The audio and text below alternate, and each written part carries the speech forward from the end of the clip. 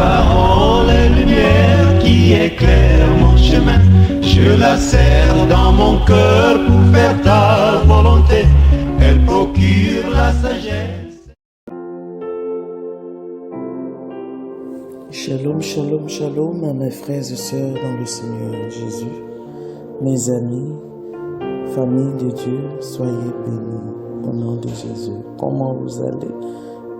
Que Dieu vous bénisse abondamment. Je suis content de vous retrouver ce matin. Amen. Je suis le servant de Dieu, Amani Sephora. Amen. Vraiment. Frères et sœurs, depuis 6 heures, vous aurez la méditation du jour. Mais je suis en train de poursuivre notre exhortation que nous avons commencé depuis la semaine passée, donc sur le pardon. Voilà, je remercie le pasteur Amani qui a continué dans ce sens parce que Dieu veut que nous parlons du pardon. Donc je continuais ce message pour l'achever. Frères et sœurs, je ne connais pas WhatsApp, donc je ne sais pas comment est-ce que ça se passe. Donc du coup, WhatsApp me dit que le fichier est trop volumineux, donc il ne peut pas vous envoyer le message. Voilà, WhatsApp dit qu'il ne peut pas envoyer le message. Donc du coup, je suis en train de reprendre mes parler du Saint-Esprit. Donc, chers amis, c'est pourquoi vous ne l'avez pas encore reçu depuis le matin. Que Dieu vous bénisse. Je prie que, frère, sœur, tu sois attentif au Seigneur. Voilà, donc donne-moi ton oreille et puis donne ton cœur au Seigneur. Dispose ton cœur devant lui et il va te parler. Nous voulons encore parler du pardon car le Seigneur nous montre qu'il y a nécessité. Alléluia. Il y a nécessité de parler du pardon car à cause de la rancune, beaucoup ont perdu le ciel. Oui, si ma soeur, la soeur qui est décédée la semaine dernière avec la douleur des blessures que des gens, sa soeur, son frère, son mari, sa femme lui a fait, elle n'a pas pu pardonner, il n'a pas pu pardonner, il est mort avec cette rancœur dans le cœur et il a raté le ciel. Bien-aimés frères, sœurs, si tu sais combien de personnes qui tombent, combien de vaillantes soldats de Jésus-Christ qui ont servi fidèlement le Seigneur, qui sont tombés à l'enfer parce que il y a eu une petite chose dans leur cœur. Si tu connaissais le nombre de ces personnes-là, bien-aimés, tu feras tout pour laisser tomber le mal que quelqu'un a pu te faire. C'est pourquoi je vais abandonner ce moment entre les mains du Saint-Esprit. Père Saint-Esprit, je te prie, mon Dieu, de saisir le cœur de tes enfants au nom de Jésus. De les donner en quelques minutes un cœur disposé pour écouter ce que tu veux encore leur dire. Afin que par ta miséricorde, nous revenons encore sur ce sujet si tu le veux. Merci Seigneur de disposer leur cœur au nom de Jésus. Amen. Bien-aimé, alors que le Seigneur le Tout-Puissant te bénisse et te rend attentif à son message que Dieu lui il te lance. Encore une fois, faut pas dire que Maman Amani l'évangéliste ne connaît pas ce que c'est les blessures. Ce que c'est les blessures. Alors quand le Seigneur me dit de parler des blessures, des rancœurs ou des rancunes, ou le manque de pardon, de parler du manque de pardon, de la rancune dans le cœur, que lui ne veut pas. Pour me confirmer cela, il y a une de mes filles qui m'a envoyé vraiment de grands messages pour écouter, parce que Dieu est en train de me dire maintenant que tu as vu, il y a la nécessité de parler de cela. Alléluia. Quand cette bien-aimée commence à parler de la douleur qui est dans son cœur à cause du mal qu'on lui a fait, bien-aimée, j'ai eu des larmes aux yeux. Parce que je vois que celui, vous comprenez, qui a été blessé, il est comme prisonnier de sa colère. Il est prisonnier de sa rancune. Il est prisonnier de sa douleur. Amen. Non seulement que tu sois prisonnier de Satan, mais toute cette colère même te rend prisonnier. Ne dites pas que maman Amani ne sait pas de quoi elle parle, parce qu'elle n'a jamais connu les blessures, des frustrations. C'est pourquoi elle me parle. Bien-aimé, c'est à cause de cela que le message, le premier message a été long, parce que je vous ai rendu beaucoup de témoignages pour mon expérience de blessures qui m'ont été données dans ma vie. Bien-aimé, j'essaierai de encore vous dire quelques exemples qui peuvent vous faire du bien. Alléluia. Bien-aimé, allons-y dans la parole de Dieu. Qu'est-ce que Dieu nous dit dans sa parole? Le Seigneur nous dit dans le livre de Lévitique 19, le verset 17, il dit: n'ayez aucune pensée de haine contre un frère, mais n'hésitez pas à lui faire des reproches. Ainsi, vous ne commettrez pas de péché à cause de lui. Ne vous vengez pas. Amen. Ne vous vengez pas et ne vous souvenez pas avec colère des fautes des gens de votre peuple. Mais chacun de vous doit aimer son prochain comme lui-même. Le Seigneur, c'est moi. Amen. Pourquoi est-ce que j'ai pris le livre de Lévitique, bien-aimé, pour te parler? Tu peux aussi prendre Matthieu 18, le verset 14. Je ne vais pas vous citer plein de versets bibliques, parce que je n'aime pas trop citer versets bibliques partout.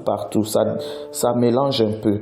Mais je veux te dire que ce que la loi te dit, même la nouvelle alliance aussi, Jésus-Christ par là-bas nous dit la même chose. Amen. Mais ce que la loi, comment on appelle ça, Lévitique nous dit ici, est tout clair. Il ne faut pas avoir une pensée, tu vois un peu. Il dit de ne pas avoir une pensée de haine contre ton frère. Amen.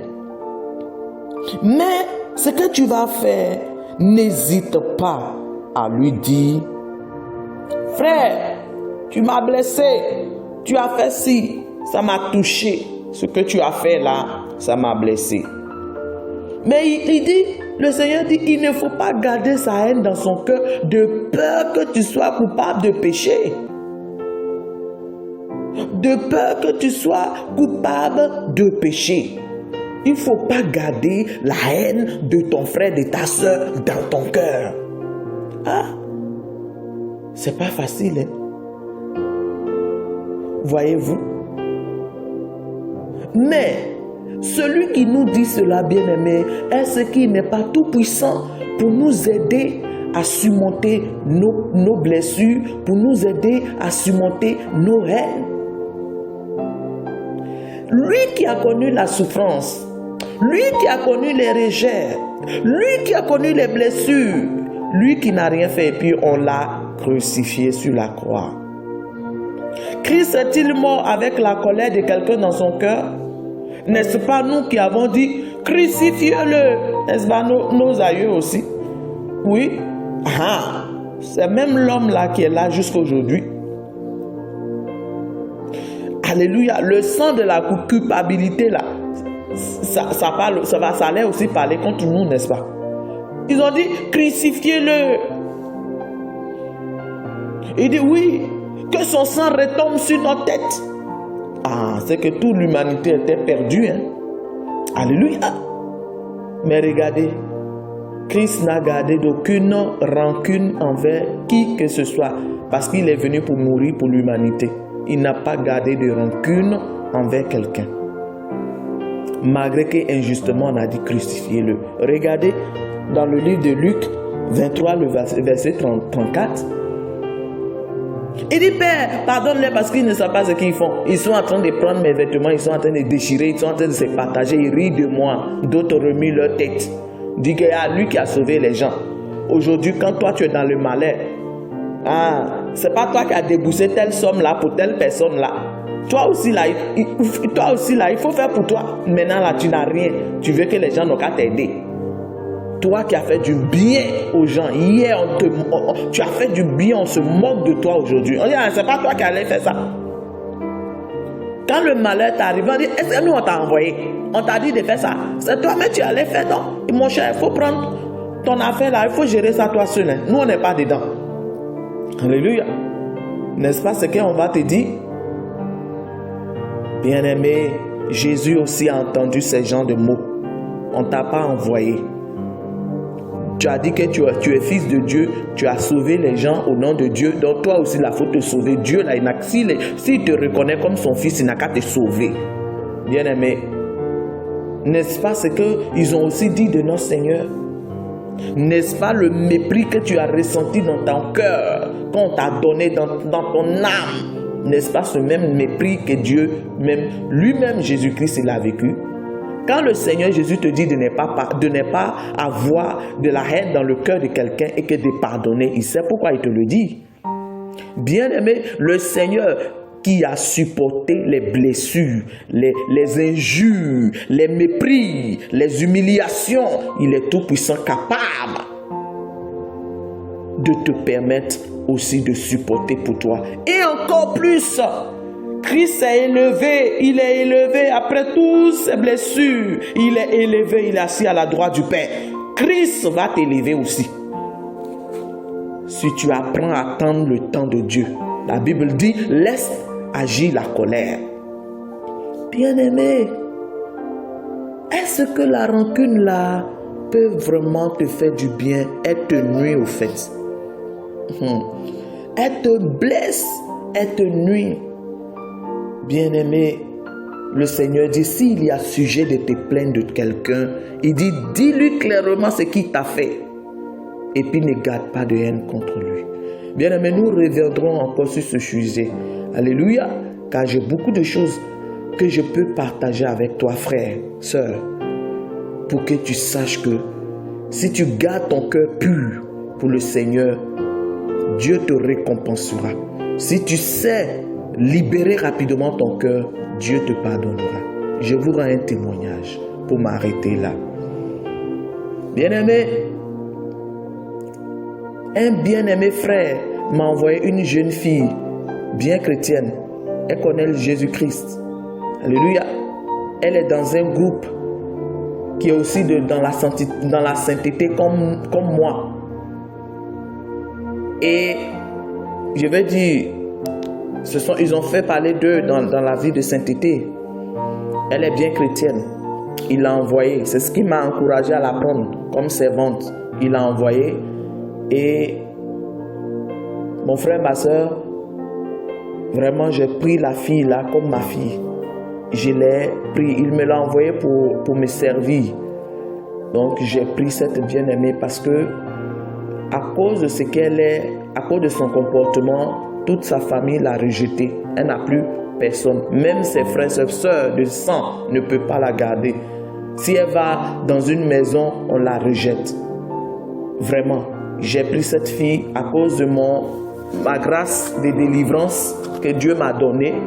À cause du don de délivrance, voilà, le Seigneur m'a fait grâce. Donc, à cause de cela, je l'ai pris pour pouvoir lui faire passer à la délivrance. À cause, pour l'instant, le manque de temps, alors je l'ai prise pour l'envoyer chez mon frère à l'intérieur de la Côte d'Ivoire pour pouvoir faire sa délivrance. Bien aimé, cependant, avant tout cela, tout le temps que ma fille a été avec moi, je l'ai pris soin, je l'ai mis au même rang, même pratiquement comme mes enfants. Je l'ai prise comme une fille. Bien-aimé, Vraiment, je prends soin d'elle de la tête aux pieds.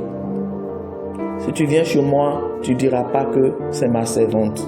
J'ai l'habitude de le faire, ce sont mes filles. Dieu veut que nous aimons même nos servantes, c'est comme ça, c'est des êtres humains comme nous. Donc par ailleurs, si tu as l'habitude de maltraiter des servantes, il faut te repentir. Bien-aimé, j'ai pris cette fille-là, je l'ai pris et je l'ai mis dans mon cœur. Les amis, je ne savais pas que cette jeune fille que j'aime tant, elle me déteste, elle voudrait que je meure. Elle a cité le nom de chaque de mes enfants. Elle dit elle veut qu'il meure. Elle veut que le petit bébé aussi, vraiment, c'était quelque chose d'horrible.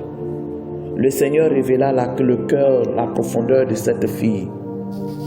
Bien-aimé, mon frère où je l'ai emmené, elle m'a dénigré là-bas. Elle m'a détruit avec sa langue. Elle a dit des choses, vraiment, ça dit, elle m'a fait un vrai procès là-bas. Le frère qui a du respect pour moi, lui-même, il ne sait plus quoi penser de moi. C'est alors que le Seigneur m'a montré tout ce qui se passe dans la vie de cette fille. Et ce qu'elle a voulu me faire. Si ce n'est pas le Dieu tout-puissant avec lequel je suis en alliance, ma maison, mon foyer, mon mari, mes enfants étaient déjà détruits. À cause du bien que j'étais en train de faire. Mais le Seigneur m'a défendu tellement. Je n'ai pas parlé. Sa famille qui ne la veut pas, moi-même qui les a mis en réconciliation au nom du Seigneur Jésus avec eux, avec leurs sœurs, ils sont venus pour me faire maintenant la guerre. Parce que la fille allait mentir aussi à leur compte. À la fin, tel qu'ils ont voulu que je réagisse avec colère. Cette fille-là, elle m'a vu. Le Seigneur m'a dit, tu ne parleras pas, ma servante, tu ne broncheras pas. Je n'ai pas parlé. Je n'ai pas, oh bien-aimé, je n'ai pas parlé. Je n'ai pas dit grand chose. La fille là s'est mise à genoux. Elle demande pardon parce qu'elle a menti sur moi. Elle demande pardon. Je l'ai regardé. Mon époux et moi, nous avons regardé ce spectacle. Et Satan a été vaincu. Quand même je voulais demander à Dieu, après tout cela, de me rendre justice face à cette jeune fille et sa famille, le Seigneur me fait sentir l'odeur de ma prière comme une odeur de goût. Si je veux bien t'expliquer, terre à terre, égout, ça veut dire que l'eau de caca, façon l'eau de caca là, ça sent et puis tu ne peux pas passer à côté là. C'est comme ça ma prière a senti. Je vous dis, j'ai senti l'odeur de ma prière comme une odeur de goût. Le Seigneur me faisant sentir cela. Pourtant, j'ai demandé que justice, mais je n'ai pas dit que Dieu n'a qu'à la tuer, Dieu n'a qu'à la faire quoi. Non, bien aimé, ces genres de mots ne devraient pas sortir de ta bouche. Tu es un fils et une fille de Dieu. Tu passes par là parce que ton Seigneur est passé par là. Je n'ai pas dit Seigneur, je veux de la destruction, je veux qu'ils n'ont qu'à se mélanger, je veux que... Je n'ai pas fait ces prières. J'ai dit Seigneur, ça faisait depuis combien? Près d'une semaine que je subissais cette angoisse dans mon cœur. Et j'ai dit simplement, Seigneur, rends-moi justice. Oh, bien-aimé, ça là même que j'ai dit même à Dieu, Dieu n'est pas d'accord avec moi. Il sait ce qu'il va faire d'eux. Mais ce n'est pas à moi de demander la vengeance. Il dit, à moi la vengeance et la rétribution. De tes yeux seulement tu verras. Tu regarderas et tu verras la rétribution des méchants. Dieu a déjà préparé ce qu'il va faire comme vengeance pour moi. Pourquoi il va lui demander qu'il y ait vengeance? Dieu dit, ma fille, bénis. C'est pas ça là que je veux que tu fasses sortir. Je me suis bien aimé, frère. Si vous pouvez me voir, je me suis repenti. Oh, je suis devenu tout petit à mon cœur. Il dit, Seigneur, j'ai honte, pardonne-moi. Parce que le Seigneur sait que moi, Amani Sephora, même si j'apprenais que cette famille était détruite, je n'allais jamais me réjouir de leur malheur. Alors pourquoi je demanderais à Dieu de me rendre justice? Je n'ai qu'à laisser. Dieu dit, il sait ce qu'il va faire. Parce qu'il m'avait déjà montré la fin. Cette jeune fille, comment elle était devenue comme une folle. Elle était devenue comme une folle. Elle a commencé à crier lorsqu'elle a été dévoilée et que je n'aimais pas parler. Elle était là elle a fait piquer comme une folie. Dieu m'a montré ça déjà, toutes ces choses. Mais je ne m'en réjouis pas. Mais j'étais vraiment touché. J'ai dit, Seigneur, en moi.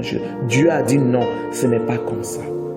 Quand il m'a montré, il m'a fait sentir l'odeur de mon péché. Tu sais combien d'odeurs de péché que tu fais sortir et puis Jésus-Christ ne t'écoute même pas.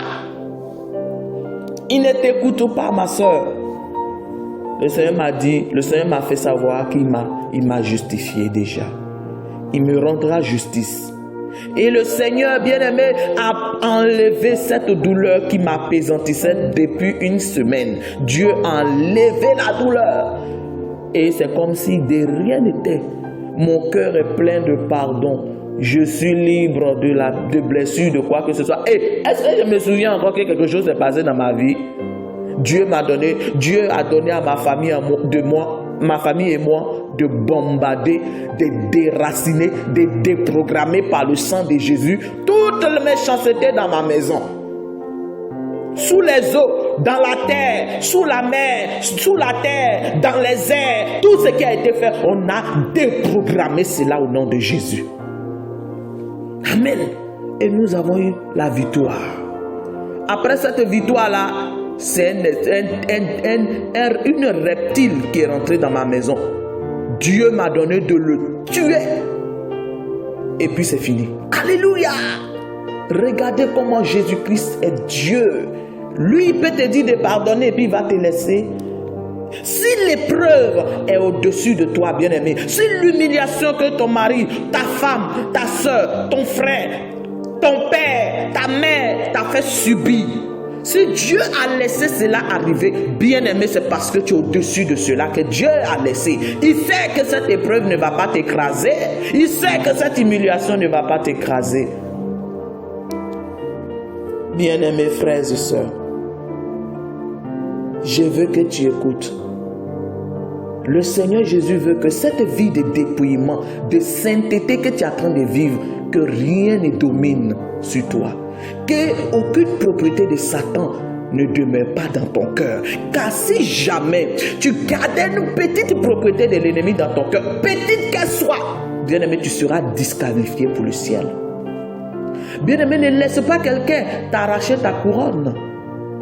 Oh, je peux encore vous rendre beaucoup de témoignages concernant cela, mais je le ferai à la 4e méditation sur le pardon. Alléluia. Bien-aimé, je peux encore vous parler d'une sœur qui m'a aussi blessé, qui m'a aussi détruit le cœur, dont Dieu a fait quelque chose. Alléluia. C'était la femme de mon ami, mon meilleur ami.